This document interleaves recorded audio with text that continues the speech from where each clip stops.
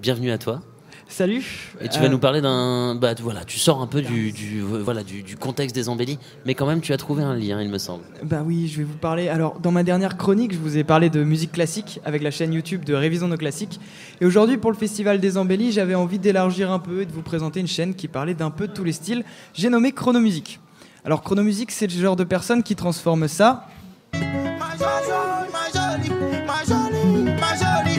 en ça.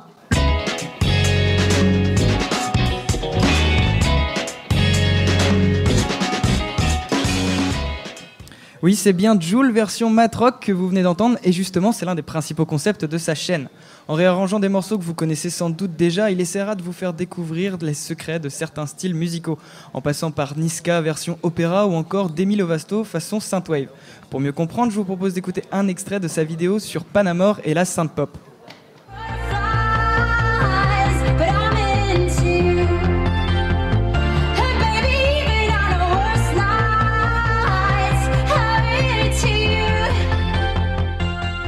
Commence à ressembler à un petit truc, mais ça manque encore un peu de mouvement. Alors on va venir rajouter un petit riff. Un riff de quoi? Un riff de synthé.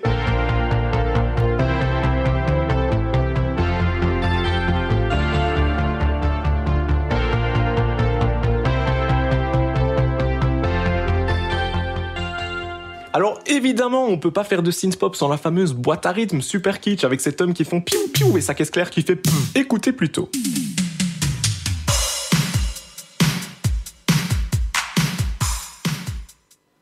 Ce qui est bien avec son concept, c'est qu'en plus de pouvoir apprécier une nouvelle version du morceau d'origine, Chronomusique va nous expliquer brièvement les origines du style qu'il compose et nous faire découvrir quelques classiques du genre.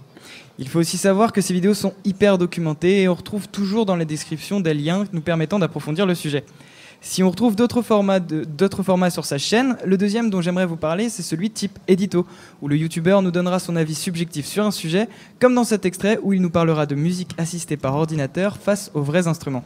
Eh ben parce que je pense que la charge émotionnelle d'un morceau est intrinsèquement subjective et ne dépend pas uniquement de son interprète, mais également d'une combinaison de beaucoup d'autres facteurs comme le compositeur, l'auditeur, la nature du morceau et le contexte dans lequel il est joué et écouté. Par exemple, un morceau joué par une boîte à musique pourra en faire pleurer certains et en faire frissonner d'autres, malgré l'absence totale d'interprète humain. Autre exemple, un morceau comme Nothing Else Matters de Metallica ne suscite pas du tout la même émotion chez l'auditeur moyen d'aujourd'hui que celle qu'il aurait suscité chez l'auditeur moyen d'il y a 421 ans. Alors évidemment, ça veut pas dire qu'on peut forcément se passer d'un interprète dans tous les cas, et ça n'enlève rien à la magie qui opère quand un musicien joue avec passion. Ce que je veux dire, c'est que l'interprétation d'un morceau par un humain n'est pas du tout une condition nécessaire et suffisante pour que ce morceau nous touche.